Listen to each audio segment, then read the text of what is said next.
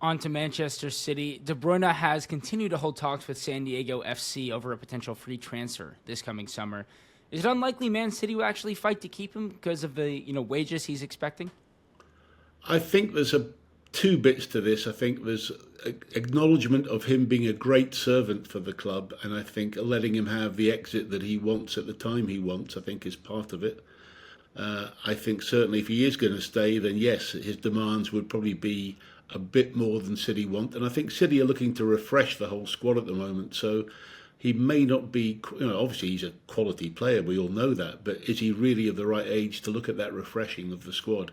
So I think it suits both parties, and I think De Bruyne has been a superb servant for City. He's been instrumental in their successes, and so I think it makes sense for him to go. And look, he may play a role at some stage with the City Football Group in terms of coaching or some other situation. He's a very bright guy, Kevin De Bruyne, and you don't know where he's going to end up. But I think getting his exposure at this time in the MLS would be very good, and I think he'd be a real asset for American football as well.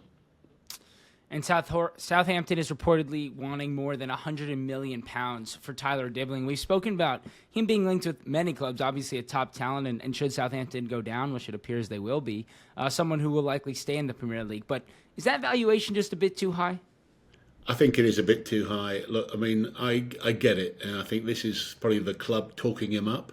Now, the one thing, though, that you could say is that I think there's been, from what I understand, well over at least 10 clubs showing some sort of interest in this player.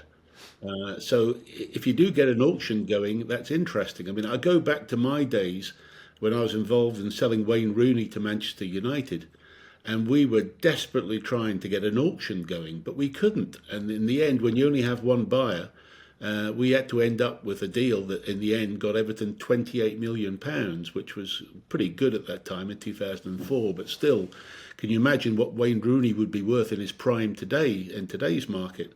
A little bit more than £28 million. Now, if there is an auction, as I say, that's a key component in any bidding. Then I think at 19, he's a pretty prime age right now. He's got talent that a lot of people have described as uncoachable. And by that, what they mean, I mean, I used to have scouts always talk to me about players having pace. They said, well, you can't coach pace. And I get that. Apparently, they do think about him having the skill to get out of tight corners with the ball and beat opponents in very tight spots is uncoachable. And so there's no doubt he's very well thought of and well respected. He's been the bright spot in a club, as you say, that has really underperformed this season in the Premier League, and has still done well and caught the eye. So, look, if there are 10 clubs, I hate to see, we hate to see inflation going up to 100. I personally would have thought 60 would have been the mark I'd have had him at, which I thought was high. But at 19, you've got to believe that if he does well for a couple of seasons, you could sell him on, and then he could be worth 120, 130. But then again, there's injuries. I think at 19, he's probably matured enough physically that it's worth taking that sort of risk. But still, I do think 100's that a bit high, and it's probably wishful thinking from Southampton.